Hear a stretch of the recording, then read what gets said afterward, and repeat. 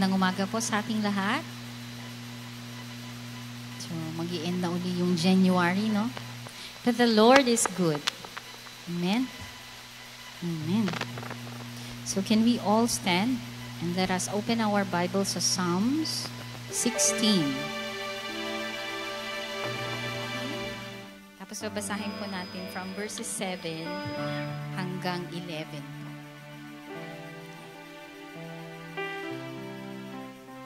So, batiin nga po natin yung ating mga katabi. Sabihin natin na, blessed be the name of the Lord. Amen. So, Psalm 16, verses 7 to 11. I will praise the Lord who counsels me. Even at night, my heart instructs me. I keep my eyes always on the Lord. With Him at my right hand, I will not be shaken. Therefore, my heart is glad and my tongue rejoices. My body also will rest secure. Because you will not abandon me to the realm of the dead, nor will you let your faithful one see decay. You make known to me the path of life. You will fill me with joy in your presence, with eternal pleasures at your right hand. So, are we all excited that we can come here in this place and we will meet the Lord? Amen. So as we sing this song, as we listen to the word, as we give our tithes and love offering, as we pray for one another, let it be a reminder sa bawat isa sa atin that as we do this, the Lord is with us and His presence is always with us. Amen. Father, we are grateful that we can praise You this morning, O Lord, because You causes us to worship, O Lord God. Maraming salamat po, Panginoon, that we can offer to You, Lord God, our songs, Lord God, our time, our treasures, the efforts, O Lord God, na binibigay namin, O Lord God. May it be give glory, Lord God, sa Inyo pong pangalan, O Lord. We are grateful, Lord, that You are here in our midst, O Lord God. Sino po ba kami, Lord God, that You will come here, but You are here, Lord God. And we are grateful for that, Lord. Maraming salamat po, Panginoon. And as we sing these songs, Lord God, may You will fill, Lord God, this place, Lord God, with Your presence. Fill our hearts, Lord God. Encourage us, O Lord God. Remind us, O Lord, that You're always with us. That's why we can bless You, Lord. In Jesus' mighty name, amen. Let's sing this song, Blessed Be the Name, and let us bless the Lord with all of our hearts. Amen.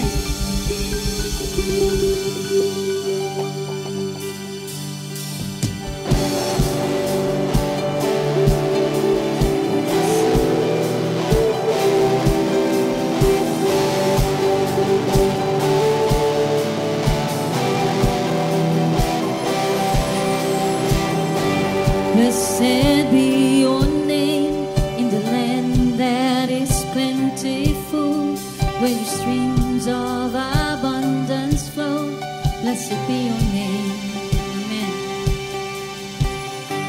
Blessed be Your name when I'm found in the desert place, though I walk through the wilderness. Blessed be Your name. Every blessing You pour out, I turn back to praise. When the darkness closes in, Lord, still I will say, blessed be the name of the Lord. Blessed be Your name. Blessed be the name of the Lord. Blessed be Your glorious name.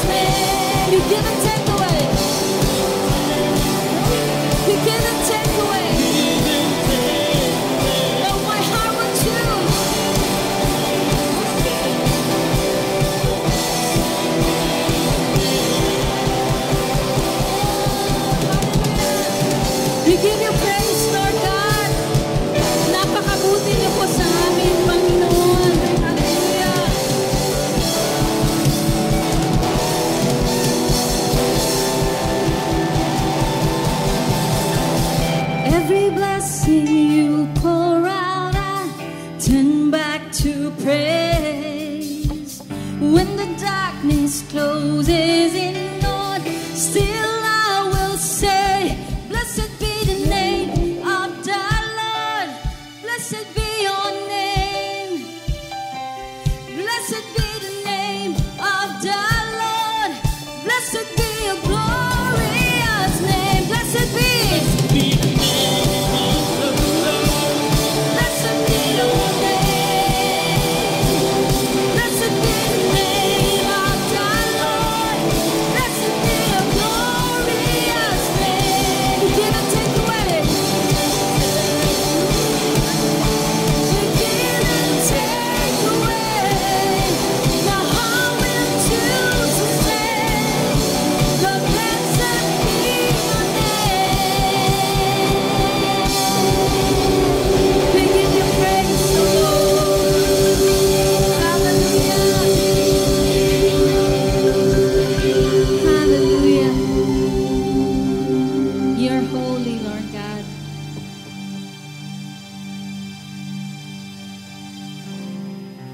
Holy, holy forever you are, Lord Jesus.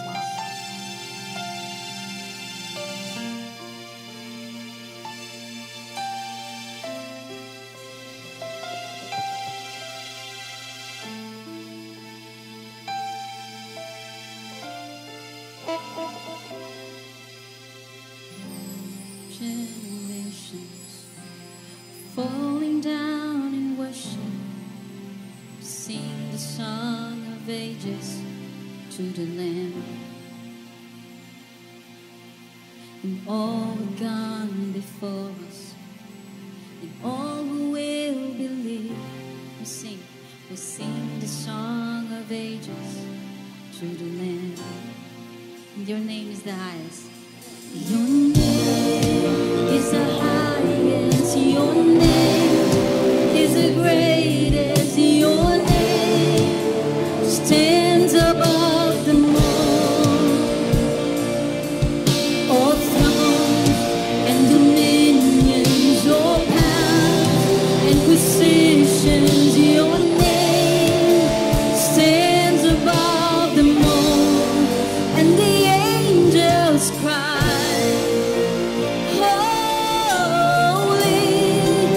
creation cries, holy, you are lifted high, holy, holy forever.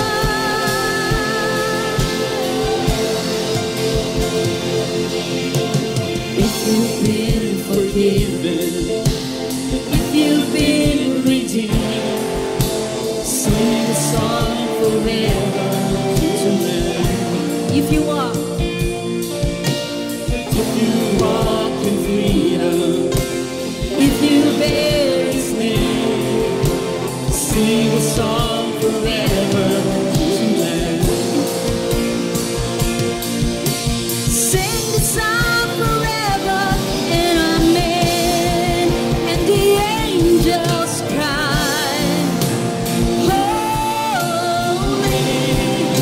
creation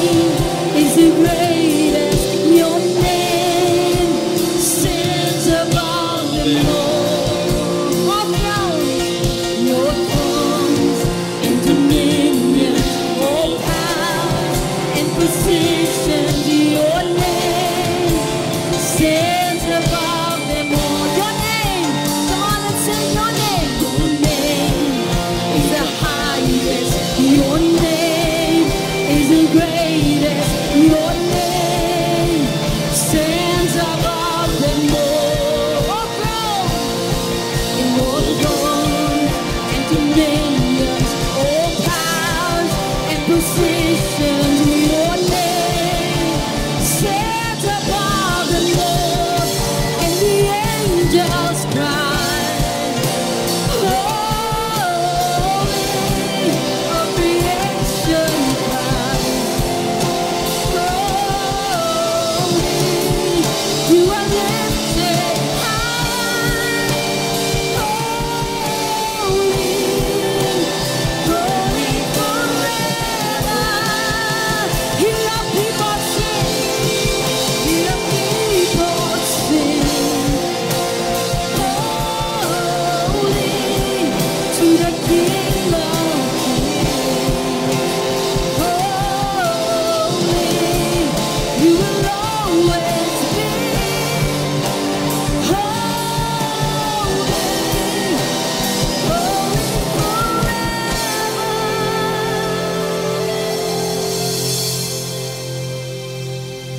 You will always be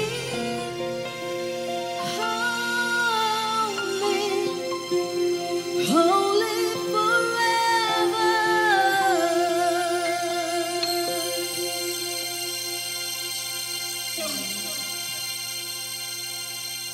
We give you praise, King of Kings, Lord of Lords, our Savior.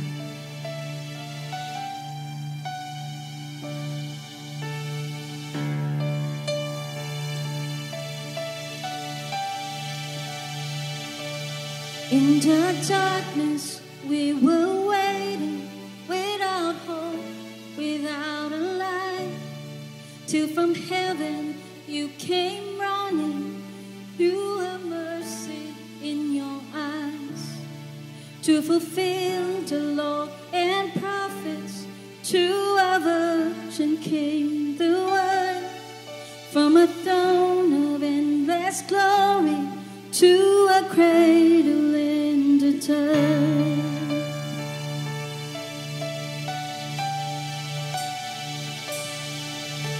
And praise the Father, praise the Son, praise the Spirit, three in one. God of glory, majesty, praise forever to the King of Kings.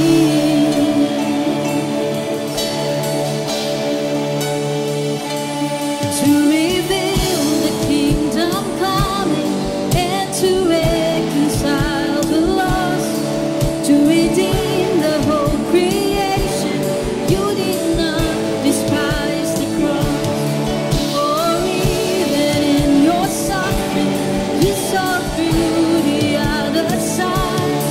Knowing this was our salvation, Jesus for our sake you died. Come on, let's praise Him.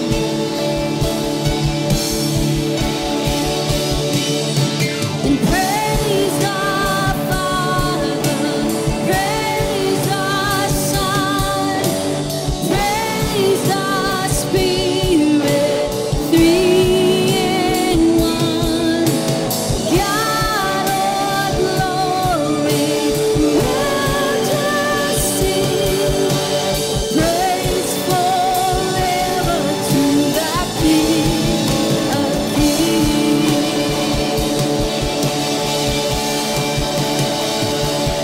In the morning that you rose, all of heaven held its breath, till the stone was moved for good, for the Lamb had conquered death. And the church rose from the tombs, and the angels stood in awe, for the souls of all would come to the Father while restored. And the church of Christ was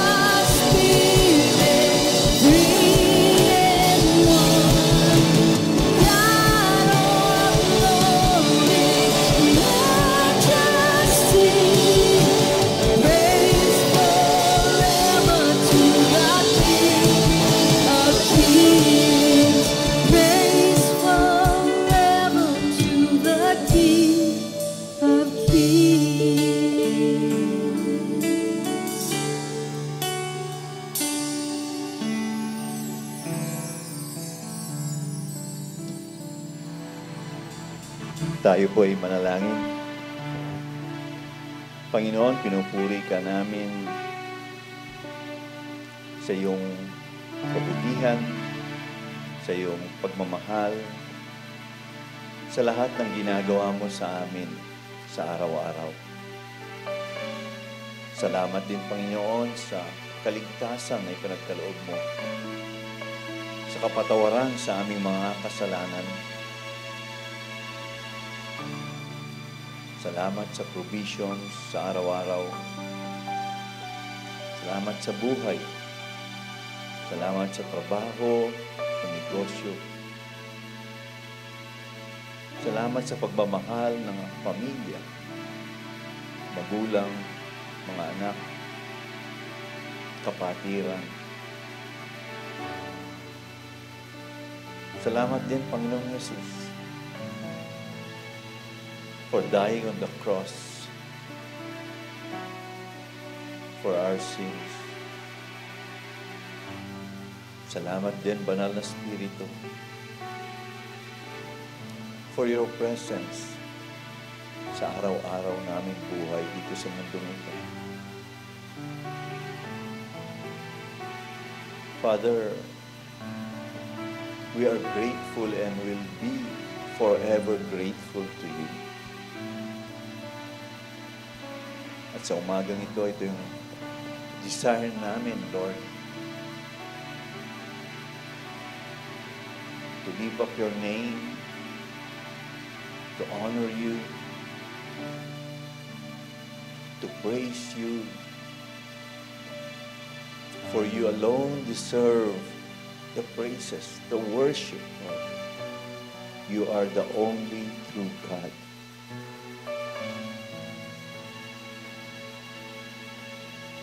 And Father, we pray also sa umagang ito, as we continue to worship you, praise you, and listen to your word, we ask you, Lord, that you forgive us also of our sins. Alam mo, Panginoon, yung buhay namin,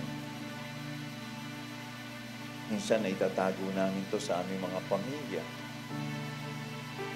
kahit kaibigan. Pero Lord,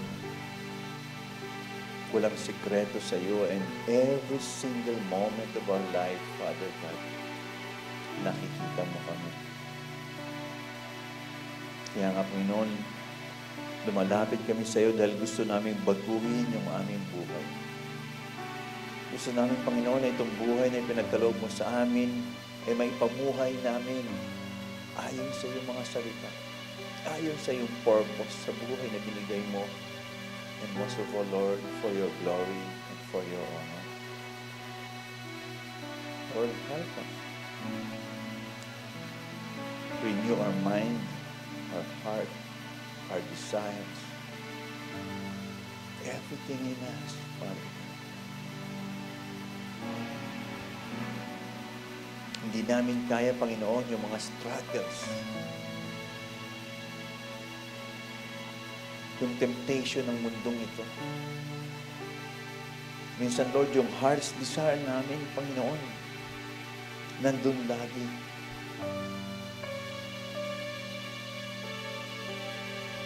Na madalas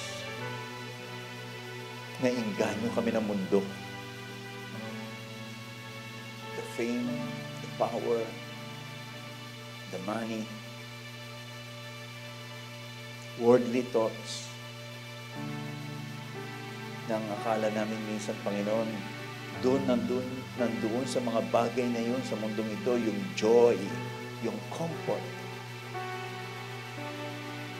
But at the end, we come to realize na ikaw lang, O Diyos, ang nakakatugon ng pangangailangan ng aming puso.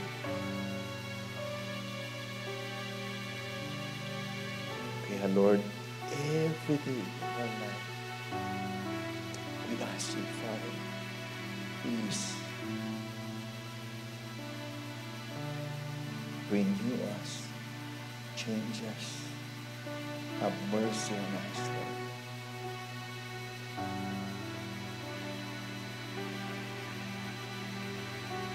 And also, Father, we want to take this opportunity again to pray for our brothers and sisters who are here this morning. We pray for spiritual growth for each and every one of us and our families. We pray for protection, good health, provision. Work para doon sa mga walang trabaho or magkaroon ng business, yung iba, or the business they're doing, Lord, na maging patuloy na pagpalaan mo, Diyos. Not only to provide for our families, but also, Lord, to be of help to the people around us.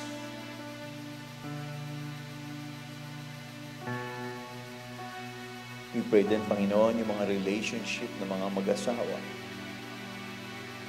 magulang sa kanilang anak, magkakapatid. Lord, we pray for healing, restoration, kung ano man yung mga nasirang relationship. And for those people naman na okay yung kanilang relationship with their families, we pray, Father, na patuloy mo pa silang palaguin sa pagmamahal sa bawat isa. We pray para sa mga magulang for patience, strength, wisdom, Lord, sa pagpapalaki ng kanilang mga anak. We pray din sa mga kabataan, Panginoon, wisdom in their studies. Lord, protect them from the work of the enemy that would destroy the wonderful future that you have prepared for them. Layo mo sila sa masamang bisyo, sa masamang tao, sa masamang barkada, Panginoon.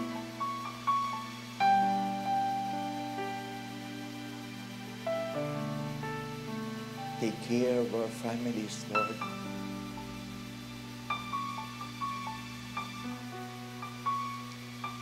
Ganon din, Panginoon, yung mga kasama namin na wala dito this morning, we pray for them also. We pray kay Robert, who will have a triple bypass,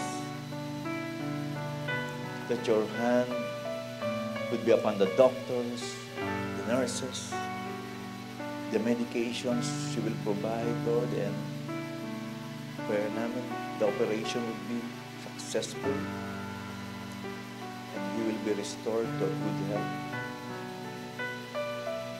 At sa marami pang tao na may mga karamdaman sa panahon ito. Oh Lord, there's so many things to pray. So many things to say to you. Maraming mga unspoken prayers na hindi namin masabi sa ibang tao. But Lord, alam mo yon as you look at our hearts this morning. So many struggles, disappointments. Minsan kino-question namin, Lord, yung faith namin sa iyo, or we question you for who you are, Lord. Bata, matanda man, may pinag-aralan, walang pinag-aralan, bago sa faith o matagal na sa faith with you, Lord, people are asking, always asan ka in the midst of struggles, problems, and trials and temptation. Asan. But Lord, please, touch the lives of these people na hindi ka nawawala. Hindi ka nawawala. Hindi mo iniiwan ang iyong mga anak. You are always here. From the beginning, you created this world. Kami, Panginoon, ang lumalayo sa iyo. Kami, Panginoon, ang hindi nagtitiwala sa iyo in the midst of all those negative things na dumadating sa buhay namin. Kami yung nagda-doubt. Kami yung ayaw maniwala sa mga promises mo, sa words mo. Lord, forgive us for sinning, for not trusting in your words, Lord. Correct our hearts, Lord, this morning. Dahil gusto namin, Panginoon, na kami mga narito, magkakapatid sa pananampalataya, ito mga kasama namin sa iglesia, Lord. At the end of the day, sabi nga ni Paul, to present to you matured, holy. At ito yung desire namin, Lord, for every one of us. So, Father, this morning, I just want to lift up all those things to you. Hindi namin kaya on our own effort. Kaya, Panginoon, lumalapit kami sa iyo. We depend on you so much to change our lives, to change our thoughts, to change our hearts, to be really a born-again person. And we thank you, Lord, because today, at this very moment, you are listening to us. And I know, Lord, by faith, that you are touching lives this morning. Your Spirit is ministering to us, even in this prayer time. Hallelujah. Hallelujah, Lord. Minister to each and every one of us this morning.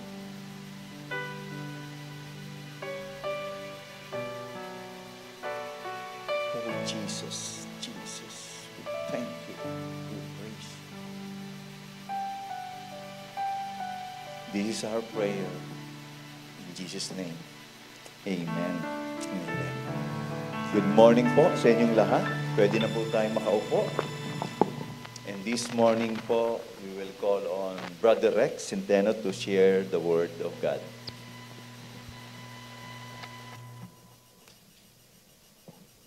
Thank you po, Pastor. Kala ko makakaupo pa ako eh. Good morning, everyone. It's a blessing to see you all. So yesterday, we had a reunion ng mga former ex-Saudi co-workers. And they planned for another reunion next year. Habang buhay pa daw kami. So, what's your Sunday? How's your day? Are you blessed? Just waking up today is a blessing, right? No? Nagising tayo kanina. And to think na maraming tao hindi na nakagising today.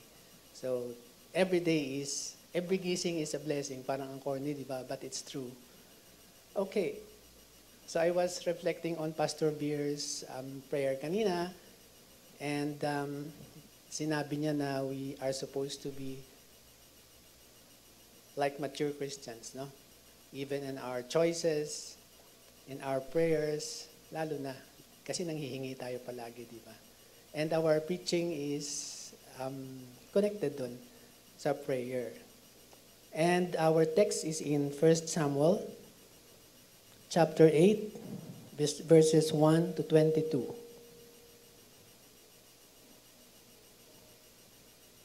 Yung pinaka-title mismo ng chapter is Israel Asks for a King. Okay, nanghingi ng hari ang Israel. And we will read the text. 1 Samuel 8, 1 to 22. When Samuel grew old, he appointed his sons as Israel's leaders. The name of his firstborn was Joel, and the name of his second was Abijah, and they served at Beersheba. But his sons did not follow his ways. They turned aside after dishonest gain and accepted bribes and perverted justice. So all the elders of Israel gathered together and came to Samuel at Ramah. They said to him, "You are old, and your sons do not follow your ways. Now appoint a king to lead us, such as all the other nations have." But when they said, "Give us a king to lead us," this displeased Samuel. So he prayed to the Lord.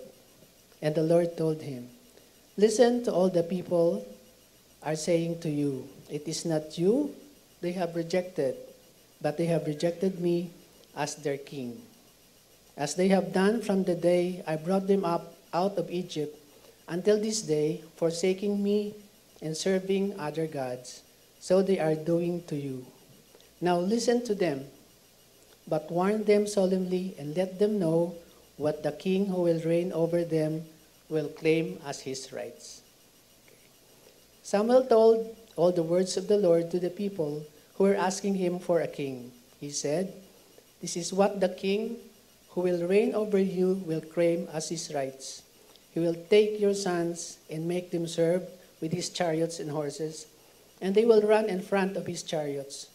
Some he will assign to the commanders of thousands and commanders of fifties, and others to plow his ground and reap his harvest, and still others to make weapons of war and equipment for his chariots. He will take your daughters to be perfumers and cooks and bakers. He will take the best of your fields and vineyards and olive groves and give them to his attendants. He will take a tenth of your grain and of your vintage and give it to his officials and attendants. Your male and female servants and the best of your cattle and donkeys he will take for his own use. He will take a tenth of your flocks, and you yourselves will become his slaves. When the day comes, you will cry out for relief from the king you have chosen, but the Lord will not answer you in that day." But the people refused to listen to Samuel. "No," they said, "you want a king over us. Then we will be like all the other nations, with a king to lead us and go out before us and fight our battles." When Samuel heard all that the people said, he repeated it before the Lord. The Lord answered, "Listen to them and give them a king." Then Samuel said to the Israelites, "Everyone go home to your own town." Let us pray. Father God, we thank you for your word, and we invite the Holy Spirit as our teacher this morning, and we may learn lessons from what your word said. This we pray in Jesus' name. Amen. Okay. So, mali ba ang manghingi? Hindi, di ba, no? Sa tingin nyo? Okay. So, chapter 8 is a transitional chapter, no? This is a transition from Samuel to Saul. Kasi si Samuel, judge siya, di ba? From judgeship to kingship. From Israel as a theocracy. Kasi si God yung kanilang king, supposedly, di ba? To Israel as a monarchy. From the kingship of God to the kingship of men. Ganito yung chapter na ito, no? Si 1 Samuel 8. And in this chapter, we learn that some very important principles about prayer and praying according to God's will. Tandaan po natin yan, no? Praying according to God's will. Araw-araw nagpipray tayo, di ba? Taas ang kamay na nagpipray araw-araw.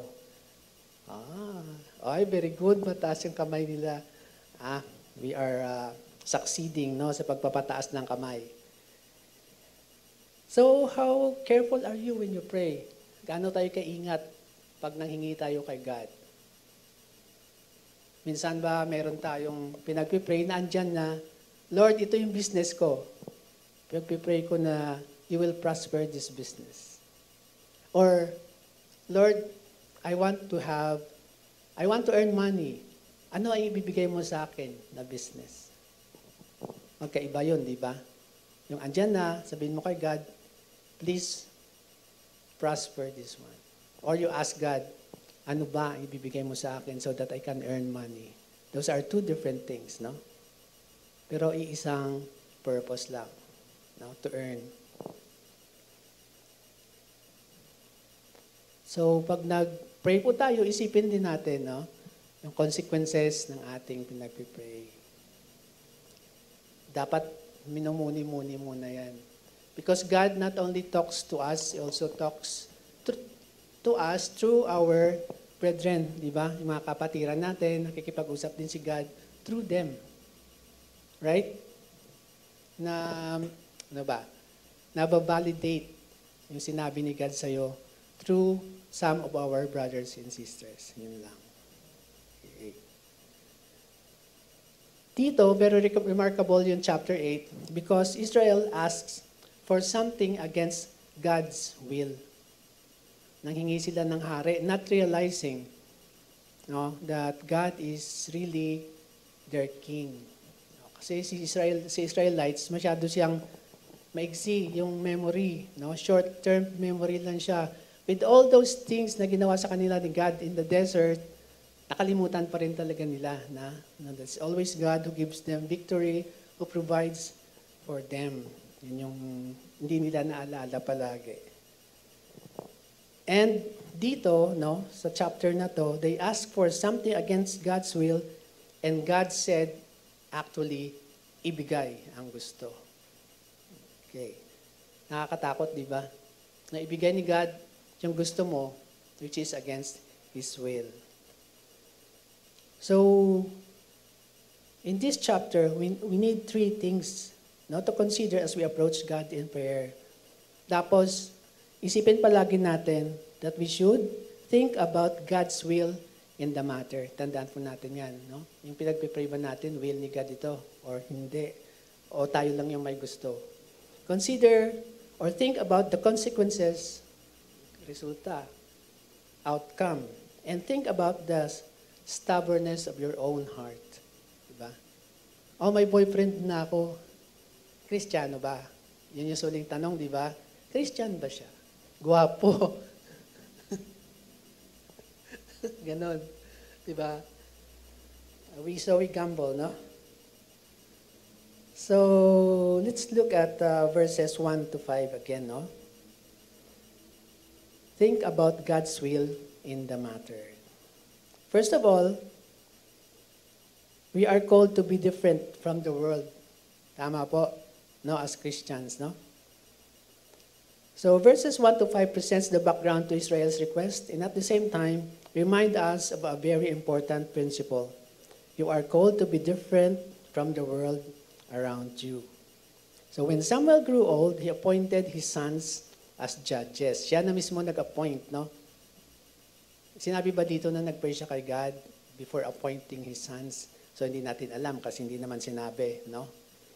The name of his firstborn was Joel and the name of his second was Abijah. And they served at Beersheba. But his sons did not walk in his ways. Hindi sila katulad ni Samuel. They turned aside after dishonest gain and accepted bribes and perverted justice. So dati-rate, naalala niyo yung Book of Judges, yung si Gideon, yung last time, yung na-preach na rin dito. Di ba? They deliver, sa Book of Judges, the judges deliver the Israelites from trouble. Tandaan niyo po. Di ba may diagram tayo dito, no? There is a time of peace and then Israel goes into trouble. God appoints a judge and the judge saves Israel from all those trouble and then there will be peace again. Alala niyo yun? Hindi. Okay, sige. A short term, sa bagay, matagal na rin yun, ano? So may dalawang type of judges pala. Yung sa judges, sa Book of Judges, sa judges are delivering judges because they deliver Israel from all their troubles. Dito sa Samuel, deciding judge. So kung may conflict, siya magdi-decide sino bang tama, sino bang mali. Kung walang kakaintindihan, siya yung nagdi-decide. Di po ba, Brother Barry? Deciding judge. So in the course that his sons are deciding over matters, tatanggap sila ng bribe. No? Nababayaran sila. So nape-pervert nila yung justice. Tama. No, pag nababayaran, katulad din sa atin, sa gobyerno natin, I'm not saying, no, I'm not very particular with some people or sa mga pulis natin dyan sa kalye.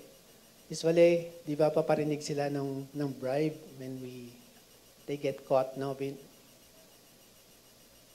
Ganon din nung unang panahon, no, may bribe, no? So hindi lang pala ngayon usong bribe, dati pa.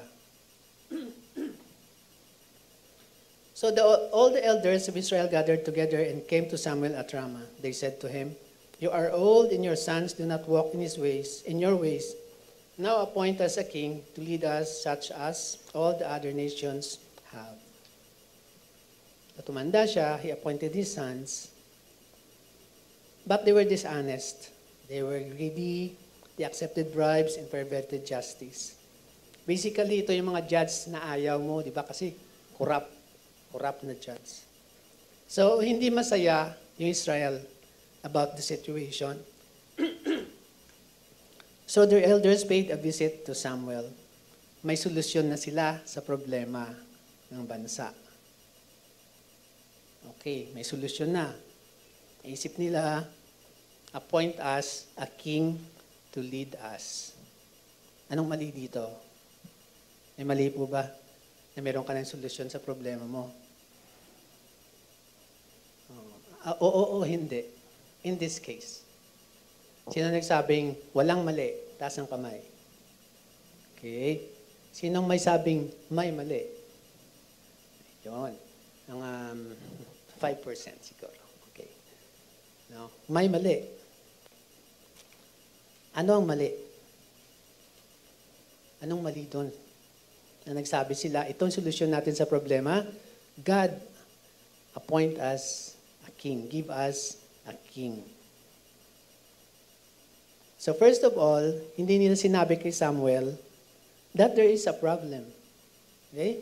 With Samuel's son to plead to the Lord for an answer about who will lead them.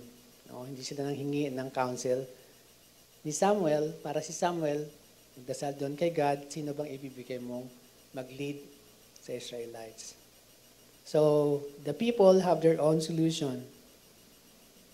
The people are going to tell Samuel, which is ultimately telling God what their answer is from their own desires and their own wisdom.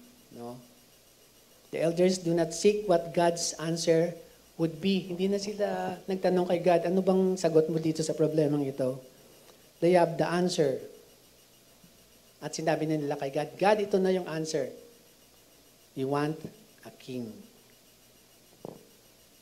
Nangyayari ba sa atin yan ngayon? That we have solutions to our problems. At Lord, ito na yung solution ko.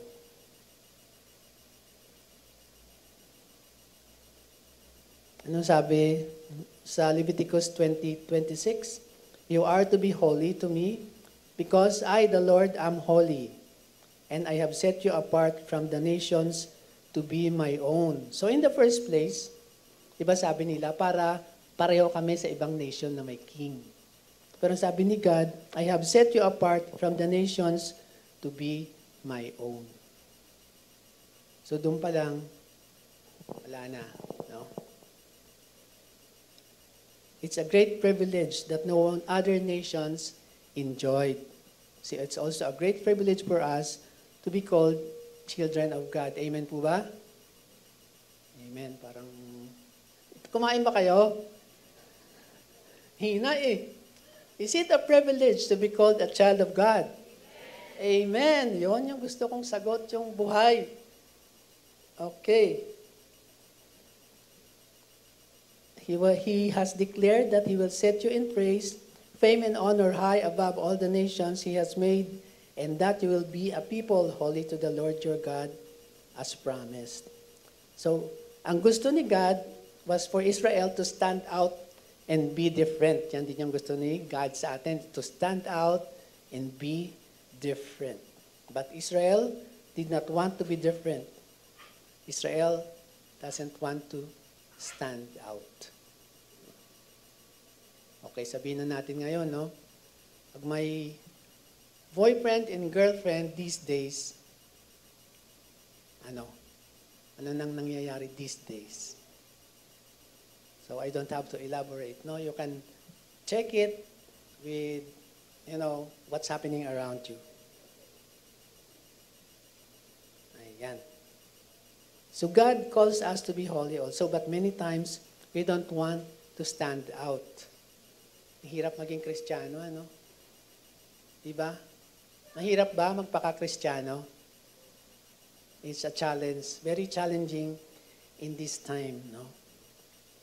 So you may prefer to blend in, makikijoke ka na rin ng green jokes, di ba? And there are plenty of pressures to conform. But as a Christian, as part of God's people, you are called to be different from the world around you. Ayan. So, another point, no? Rejecting God's will is the same as rejecting God Himself. Kita natin ito sa verse 6 to 9. But when they said, "Give us a king to lead us," this displeased Samuel. So he prayed to the Lord, and the Lord told him, "Listen to all the people are saying to you." Sabi niya, makinig ka sa mga sinasabi ng tao. It is not you they have rejected, but they have rejected me as their king. As they have done from the day, ito sabi niya, as they have done from the day I brought them out of Egypt until this day, forsaking me and serving other gods, so they are doing to you. So nakita natin ito sa book of Judges, di ba? They go into idolatry, tapos mapapunish sila ni God, tapos mag-appoint ng judge. Liligtas sila, and then the cycle goes over and over. Forsaking me and serving other gods, so they are doing to you. Now listen to them, sabi ni God. Makinig kayo sa kanila, but warn them solemnly and let them know what the king who will reign over them will do. So, hindi masaya si Samuel, ano? When Israel requests for a king, personally, akala niya siya yung ayaw ng mga tao, but on a deeper side, no, it is God na ayaw ng kingship ni God sa kanila. No? Hindi yun will ni God for Israel to have a king at that time. Okay? So, hindi pa napapanahon na ibibigay ni God yung king para sa kanila nung time na yon. Pero mapilit si Israel, no? Israel was not rejecting Samuel. They were rejecting God Himself because God was the real king and they were asking for a substitute. So, wrong kind of king kasi yung gusto nila na king na i-appoint is yung pagtanggol sila, sasabak sa gyera, yung mga ganun, magpo-provide for their needs. Pero kabaliktaran, di ba? Kasi nabasa din natin, yung will take. Now, the king will take. Will take. Sa 16 verses, 17 times na mention yung take. So, walang sinabing magbibigay, no? Whereas God, nagbibigay, ito namang human king, nagtitake. Si God ba nagtitake? Sa tingin nyo? O nagbibigay ng nagbibigay? Ano sa tingin nyo? Ayan, no? Puro patulak, hindi puro pakabig. They wanted a king now, and they are not willing for God's timing in the matter. No? Wala silang patience. Nakalimutan na nila yung ginawa ni God sa kanila before.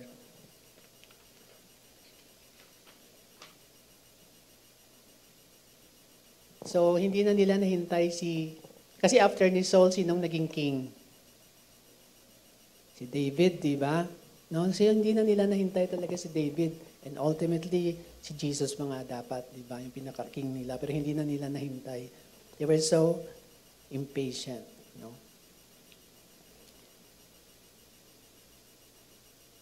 So, saying now, Lord, gusto ko na magka-boyfriend.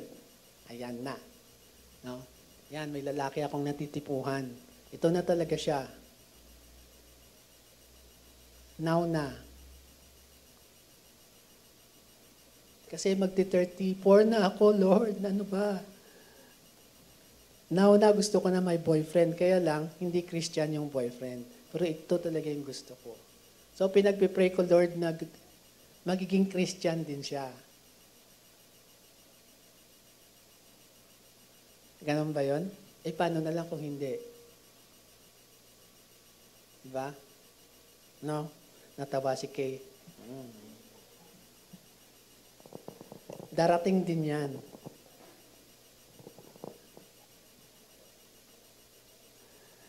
Okay, so we need to realize that there is a big difference between asking God for help and telling Him how to help. Ba, malaking bagay yun. Asking for help or telling Him how to help. So ito nga, may boyfriend ka na pero hindi Christian. Pinagpipray mo kay God na sana maging Christian. No? So hopefully, or Lord, gusto kong manalo sa loto. Ay, hindi. Tumaya ka na. Tapos, Lord, pinagpipray ko, tinataas ko sa iyo itong number na to. Sana manalo ako. Ayan. Diba? O, ito na yung solusyon ko dito sa problema ko, Lord. Please bless my business or what? Or ito yung gagawin ko. Magkaiba yun kaysa nagtanong tayo, diba, kay God. Kasi baka hindi will ni God yung sinabi mong solusyon. Magkakaproblema tayo dyan. Pero mahirap, di ba, no? When you are in the situation. We do the same thing as the Israelites. So when you pray to God, you need first of all to consider God's will in the matter. Remember, tandaan natin that you are called to be different from the world around us and that rejecting God's will is the same as rejecting God Himself. Challenge po ba? Or mahirap bang gawin yon? Na maghintay, to wait upon the Lord? Or to inquire upon the Lord? So, let's think about also the result nung pinagpipray natin. Consider the consequences. Proverbs 22:3 says, "A prudent man sees danger and takes refuge, but the simple keep going and suffer for it."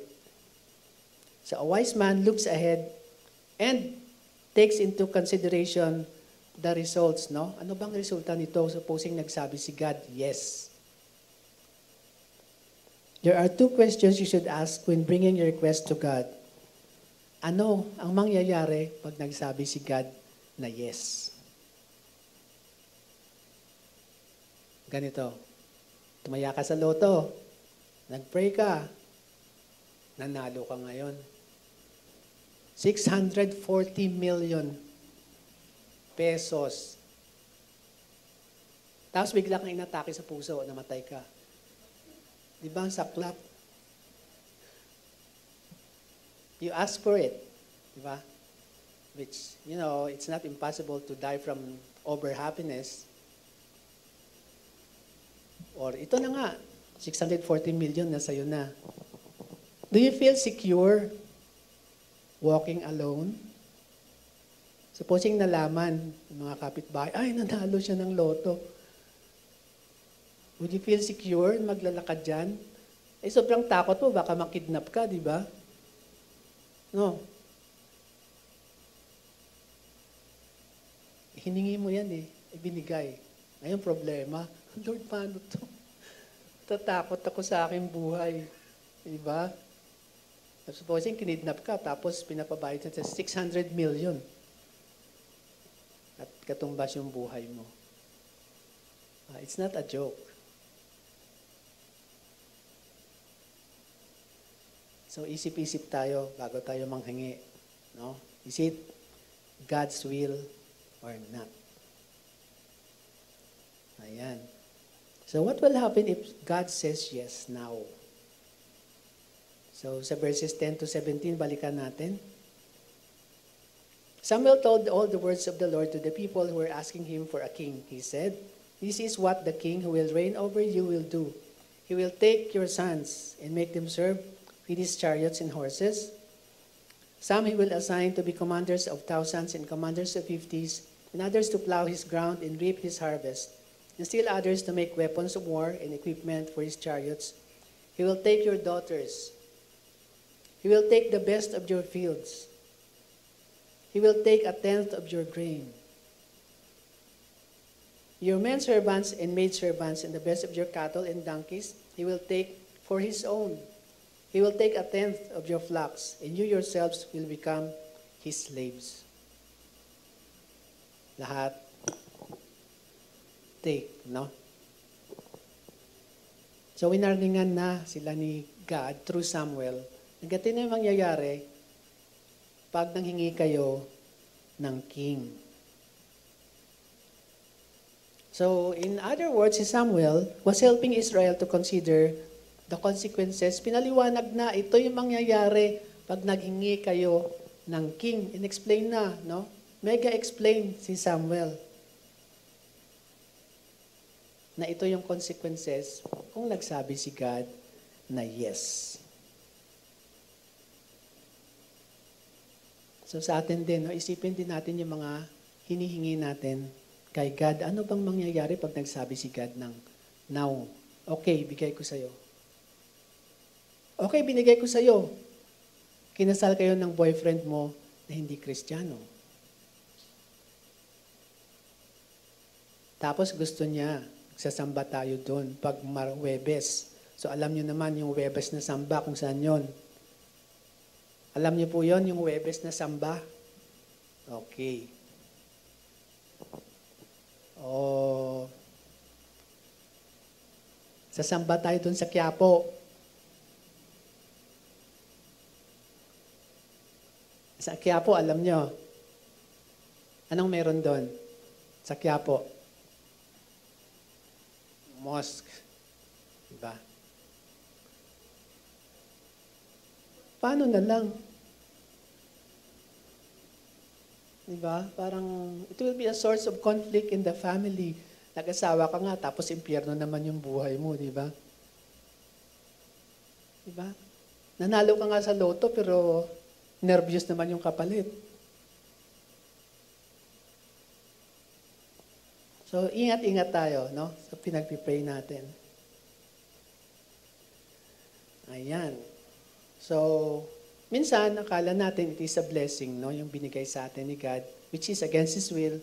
But actually, it's a curse. More than a curse than a blessing.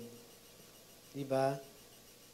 Who would trade a peace of mind for 1 million or 640 million pesos. O, peace of mind versus 640 million. Saan kayo? Ito na ngayon, magka-testing na tayo dito. Peace of mind, 640 million. Saan? 640 million, taas ang kamay. Uy, grabe oh. Grabe sila. Peace of mind, taas ang kamay. Very good. Grabe, sa peace of mind talaga. Ayaw ng 640 million, no? Because money can't buy peace of mind. Diba? Dami ka ng money, problema namang malaki. Ang hirap. Diba? Dito na ako sa 640 million. Bibili na ako ng maraming dormicom para makatulog ako sa gabi. It's no joke when God says yes to things that is against His will, no? Kasi hindi ka na, once God gave what you ask, wala nang balikan yun eh. No, you will serve God in your situation, in the situation that you are now. You will serve God, nag-asawa ka ng Muslim, you will serve God in a situation where you are married to a man of a different faith. So, matinding patience ang kailangan dyan, and understanding. No? Dami kang ng pera, hindi ka naman makalabas ng bahay. Wala din. Fully guarded. Yan.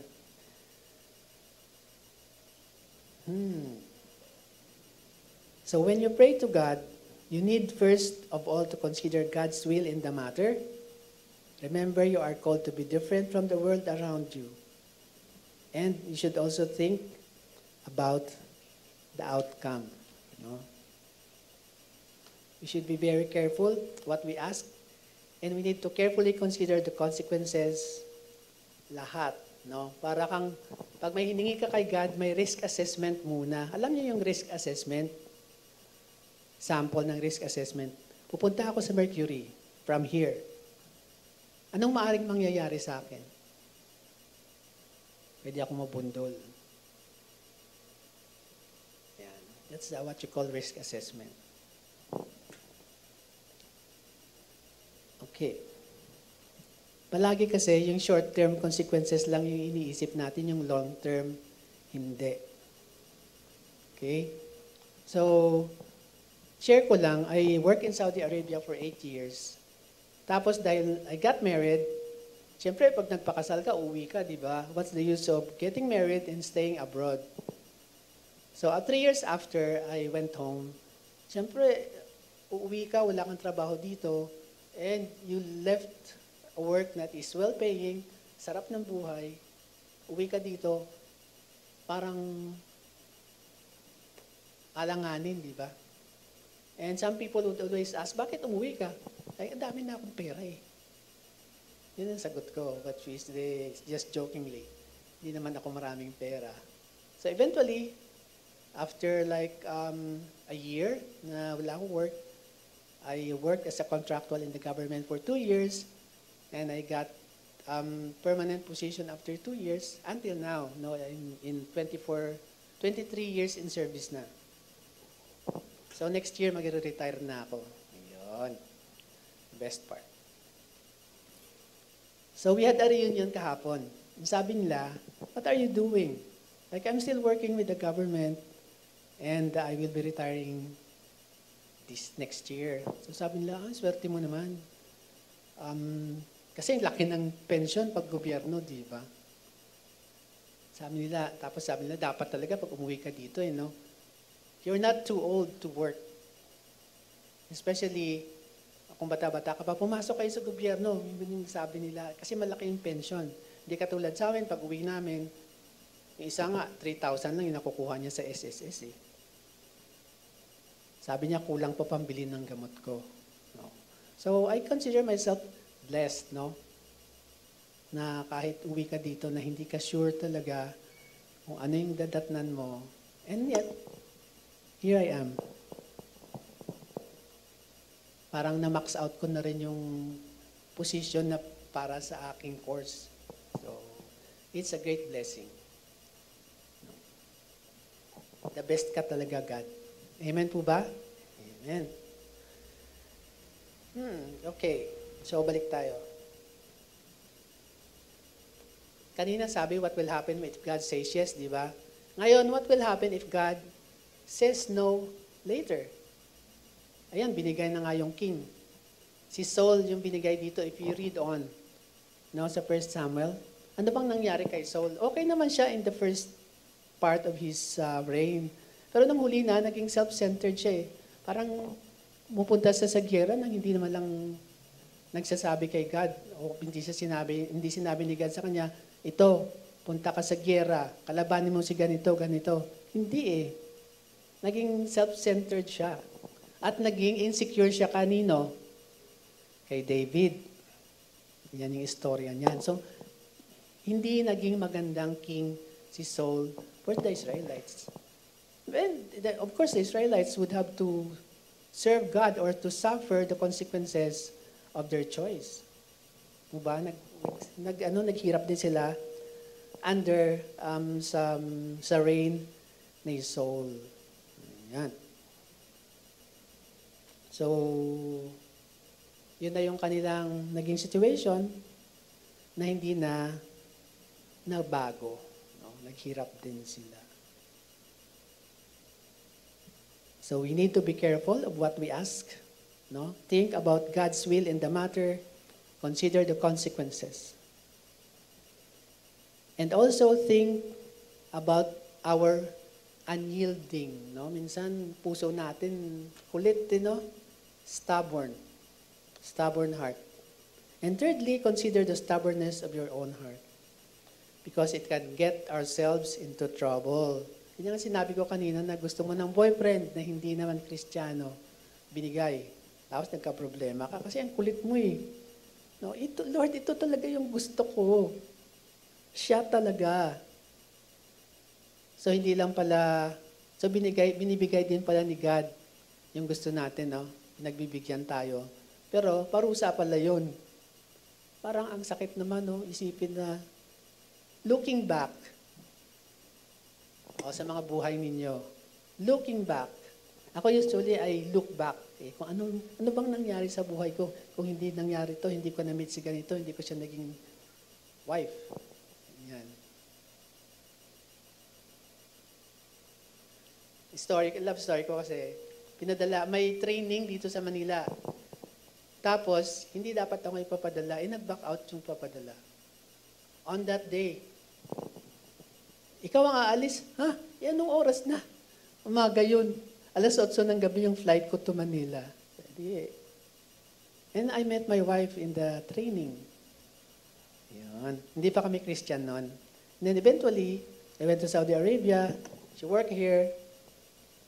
Tapos naging Christian siya dito. Ako naman naging Christian sa Saudi.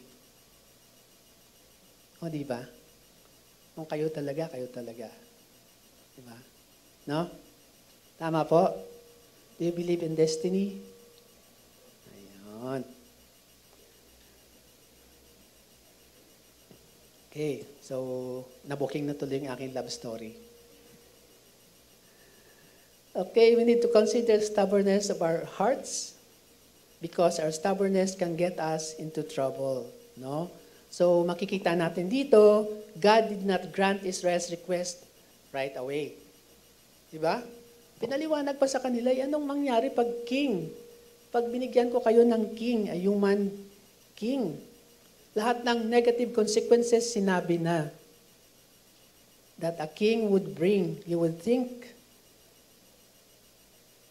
kala mo naman, no? Di ba? Pinaliwanag na lahat itong mangyayari, kukunin. But Israel did not back off, no? Talagang dito sa verse 19 to 20, but the people refused to listen to Samuel. No, they said, we want a king over us.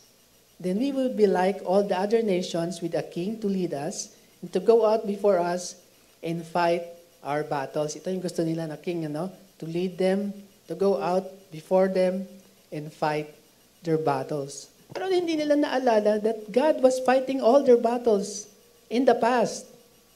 Amen po. Diba? Napaka short-term memory naman. No? O kaya minsan kasi kwento na lang sa kanila ng mga elders nila so hindi nila na-experience. So they don't believe. Pero kahit na na-experience na nga nila, hindi pa rin no? Kakalimutan talaga nila si God, no? The people refused to listen to Samuel. And katulad din natin, minsan, or kadalasan, or gaano kadalas tayong hindi nakikinig kay God. God's yes may be God's discipline for you. Isipin natin yan. No? Minsan sa sobrang kakulitan natin, binigay, tapos parusa pala.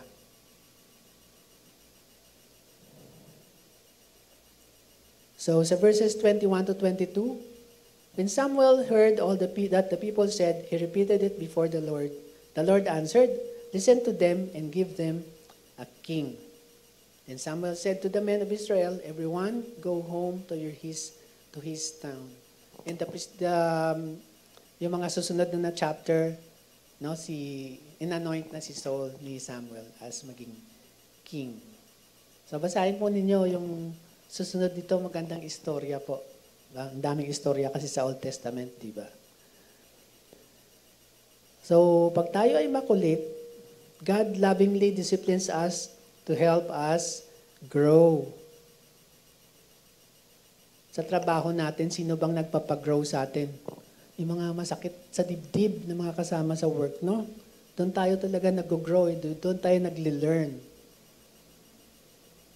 They don't learn when you're with somebody na mabilis pakisamahan, di ba? Doon tayo nagli-learn sa mga taong mahirap pakisamahan. And sometimes that discipline comes in a form of a yes to our wrongful request. When Israel was in the wilderness, they complained to Moses and cried out for meat. So sa Psalm 106, nakasabi dito, in the desert they gave in to their craving And they put God to the test. So nagpadala ng quail ba yun? Quail, no? So he gave them what they asked for. Pero hindi pa nila naubos yung quail. God sent them a wasting disease. Pinarusahan sila, no? This is Psalm 106, verses 14 to 15. Yung kanyang reference verse is Numbers 11, 31 to 33, kung basahin natin. When God says yes, it is not always a sign of His favor. It may be a sign of God's discipline for a stubborn heart. Tandaan po natin yan. That is why, when we bring our request to God, we need to be very careful of what we ask. No? We should think about God's will. Will ba ito ni God? Will ba ito ni God na magka-boyfriend ako ng Muslim? O doon pa lang. Will ba ni God na magka-boyfriend ka ng person of other faith? Yes or no? Sino nagsasabing, go si God doon sa person of another faith? Taas ang kamay.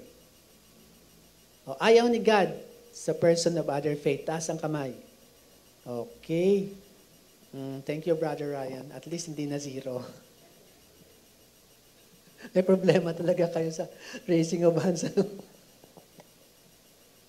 Okay, sige. Anyway. Sana tayo banda na wala tuloy ako. Okay. So consider God's will in the matter. Consider the consequences. And consider the stubbornness of your own heart. 1 John 5, 14 to 15 says, this is the confidence that we have in approaching God, that if we ask anything according to His will, He hears us. If we ask anything according to His will, He hears us. And if we know that He hears us, whatever we ask, we know that we have what we ask Him. Amen po? Amen. Lapit na tayo. Uy, tama na yung oras. It's 11:20. Tawa na naman si Chini. It's working now. Okay. Hindi siya nag-stand yung time, ano. Si Brother Rex, pag nagpipreaching yan, tumitigil ang oras. Ganun. Ngayon, hindi tumigil eh. Okay. So, I leave you a few guidelines for prayer that pleases God, no? Number 1, humble yourself before the Lord. Yan naman ang tama, di ba, no? Hindi tayo pupunta kay God na, Lord, ito may solusyon na ako. Pinagpipray ko yung solusyon ko kasi I think this is the best one. Hindi ganun, no? When you go to God in prayer, begin by praising Him, no? Acknowledging His majesty and greatness. Di ba pag mag-pray naman tayo, ganun naman talaga? Yung act na sinasabi. Alam niyo po yung acronym ng ACT in prayer? ACTS. ACTS pala may S. Okay? Hindi SAC. ACTS. Okay, adoration, di ba yun? Contrition, tapos thanksgiving, and supplication. So, yung paghihingi, huling-huli, no? Okay. So, we praise God, and then be sure to confess your sins and weaknesses before Him, no? Don't be afraid to confess, kasi si God hindi naman yan. Siya yung taong tinatakbuhan, siya yung palaging tinatakbuhan natin, no? When we sin. No? Huwag po tayong mahiya or matakot to tell our sins to the Lord. No? When you come to God through Jesus, all is forgiven. All is forgiven. Kahapon, ngayon, at bukas. No? All is forgiven. So, hindi naman tayo papagalitan ni God, no? Pero, yung nagtutorture kasi sa atin, sino? Yung conscience natin, no? Yung the Holy Spirit within us, no? But He will draw you close to Himself, no? He will pour out His love in your hearts through the Holy Spirit. Humble yourself before the Lord. Ayan. Number 2, seek God's will first. Okay, Lord, will mo ba itong gagawin ko? Lord, will mo ba itong papasukan ko ng relationship? Lord, dito mo ba talaga ko nilagay? No? Ayan. Seek first His kingdom and His righteousness, and all these things will be given to you as well. That's in Matthew 6:33. One of the main reasons for unanswered prayer is seeking our will instead of God's. Tandaan natin yan, no? It's always should be God's will, not our own will. Sa James 4:3, sabi, when you ask, you do not receive because you ask with wrong motives, that you may spend what you get on your pleasures. Okay, so whatever you request, let your attitude always be God only if this is your will. Sa Saudi, usong-uso sa kanila yung expression na inshallah. Pag sinabi mong, hihingi sila, saan na yung result ko? Fen waraga, ibig sabihin, saan na yung papel? Saan na yung result? Pag sinabi mo sa kanyang baba, bukra inshallah. Inshallah is, sabihin mong, tomorrow, God willing. Tatahimik na yung Saudi pag ganon. Pag na-inshallah na siya, hindi na magsasabi yun pa, hindi na mag-i-insist yun. Aalis na yun kaagad pag sinabi mong inshallah. O, kita tayo bukas. Inshallah. Lagi yan, God willing palagi yan. Ano yan, parang byword na yan sa Saudi, yung inshallah. Sa ating ba, sinasabi, kita tayo sa Saturday. Walang God willing, di ba? Sure na sure tayo. Hindi uso sa atin yung God willing. Ayan. Diba sabi dun sa Lord's Prayer, Thy will be done on earth as it is in heaven. Not my will be done in heaven as it is on earth. No? It's God's will always. So we should always seek God's will first. And number 3, trust God with the answer. Maybe hindi yun yung answer na gusto mo. Right? Nakikita ka ng kotse. Gusto ko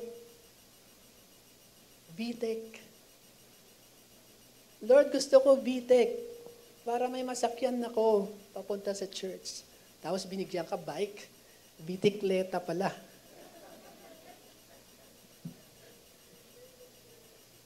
Hindi mo na-specify Honda, di ba? Honda VTEC. Hindi, joke lang yan, syempre. Pero binigay, di ba? Okay. And nakaka-exercise ka pag bisikleta. So, mas okay yun kaysa car. Wala ka pang gasto sa gasolina, di ba? Pero taga Laguna pala siya. Kasi service siya dito sa Makati. Hindi, joke lang yan. Siyempre, I made it up. Okay? It may not be the answer you wanted, but you need to trust God. He loves you, and He only wants what's best for you. Tama po? God only wants the best for us. So kung anong binigay na sagot ni God, tanggapin natin ng bukal sa ating kalooban. Huwag na nating kalabanin yung gusto ni Lord kasi mahihirapan ka lang, you know. Eventually, hahaba lang din yung journey mo. Okay? And you will suffer a hardship along the way kung kakalabanin mo pa yung gusto ni Lord sa'yo. Okay? And with that, it's 11:29. May natutunan ba tayo? Amen. Grabe. Thank you, Lord, no?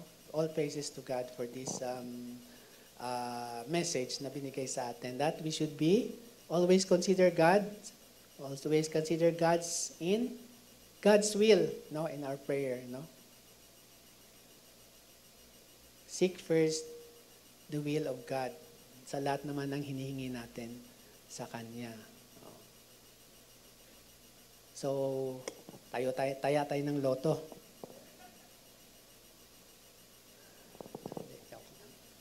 Okay, let us pray. Our God, we thank you for this day, Lord. Maraming salamat sa aral na binigay mo sa amin, that we should always consider or think about your will in everything that we ask of you, Father God. And we also pray that you will deal us when our hearts are stubborn. We don't want to listen to you, Father God. Let the Holy Spirit within us convict us of what we want that is not according to your will, Father God. And as we go out of this world, Father God, we also pray that we will stand out among the people, Lord.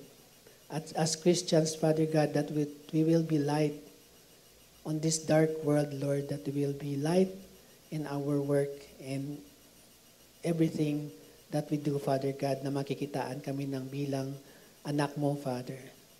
Lord, maraming salamat sa araw na ito. Maraming salamat sa presensya ng lahat. And Lord, we entrust to you the rest of the day and the rest of the week, Father God. This we pray in Jesus' name. Amen. Okay, thank you.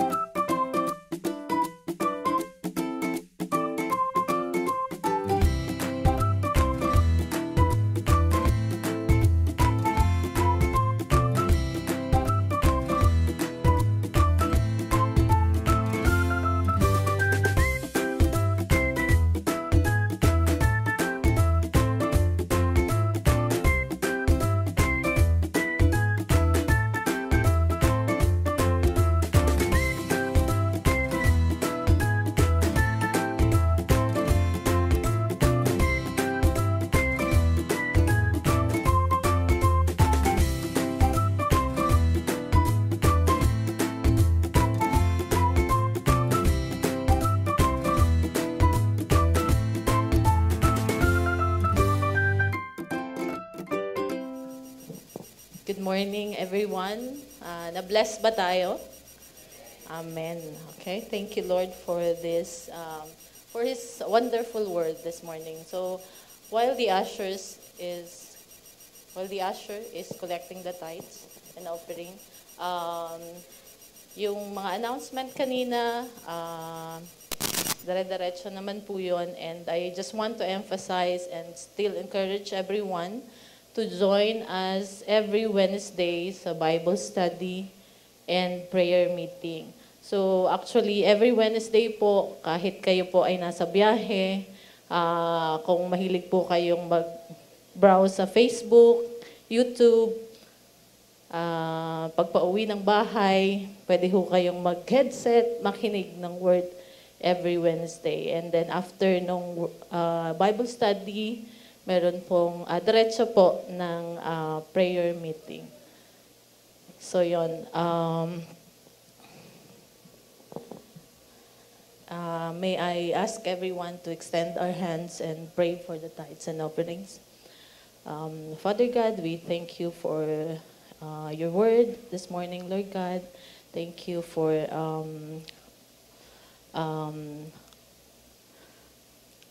always, for reminding us, Lord God, kung paano, hindi lang kami basta magpipray, but Lord God, to always, Panginoon, to seek your will, Lord God, sa bawat hinihiling namin, Panginoon.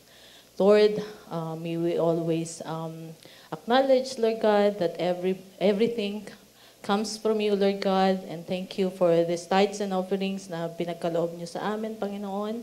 Salamat, Panginoon, sa patuloy na pagbibless ng church namin, Lord God, through this people, through our brothers and sisters, Lord God, and I pray that you will continue to bless the resources, Lord God, para patuloy na makapagbalik sa iyo, Panginoon, what is due to you, Lord God. And Lord, we ask, I pray, Lord God, for the rest of the week, Lord God, na magamit namin, Panginoon, may apply namin, Lord God, what we learned, Panginoon, this morning, Lord God. Hindi lang doon sa how we pray, but also how we wait, Lord God, for those things, Panginoon, na ina-ask namin sa inyo, Panginoon. We may always acknowledge that, Lord God, by your will, Lord God, kung ano yung tama, will niyo yun, Lord God. Hindi lang kami basta mag-ask, but may we always consider, Lord God, yung word niyo, Panginoon, na maging guide namin, Panginoon, for the whole week, the days, Panginoon, ng aming buhay, Lord God. Lift up to you everything. In Jesus' name, amen.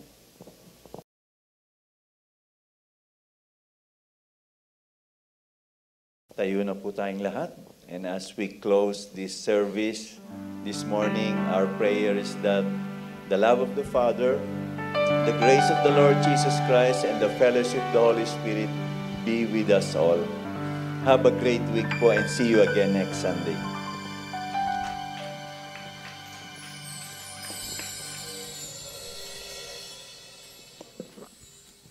Hindi po. Let's bless the Lord.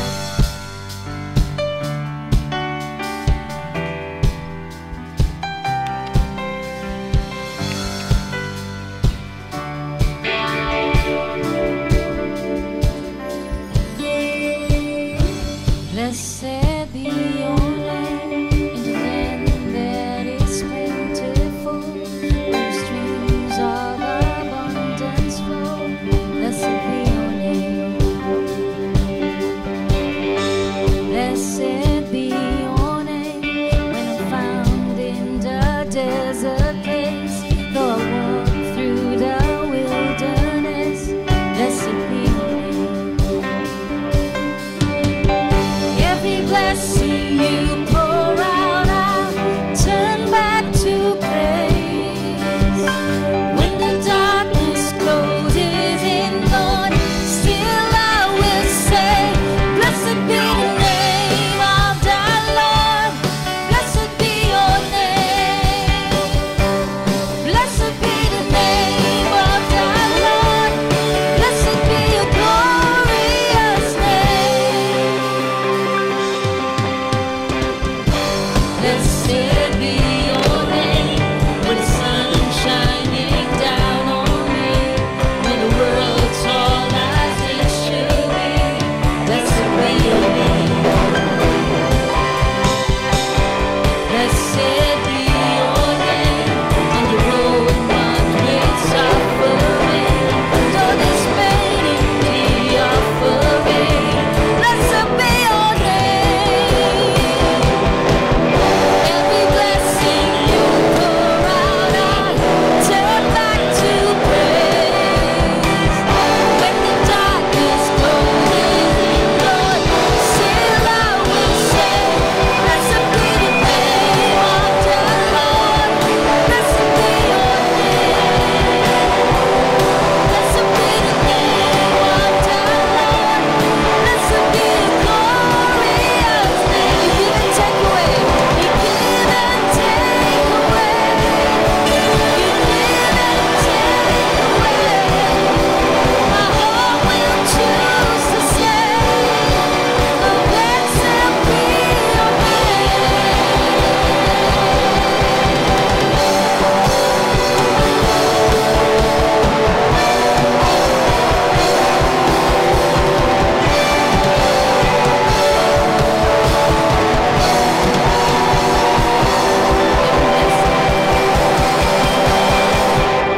Every blessing you pour out, I turn back to praise.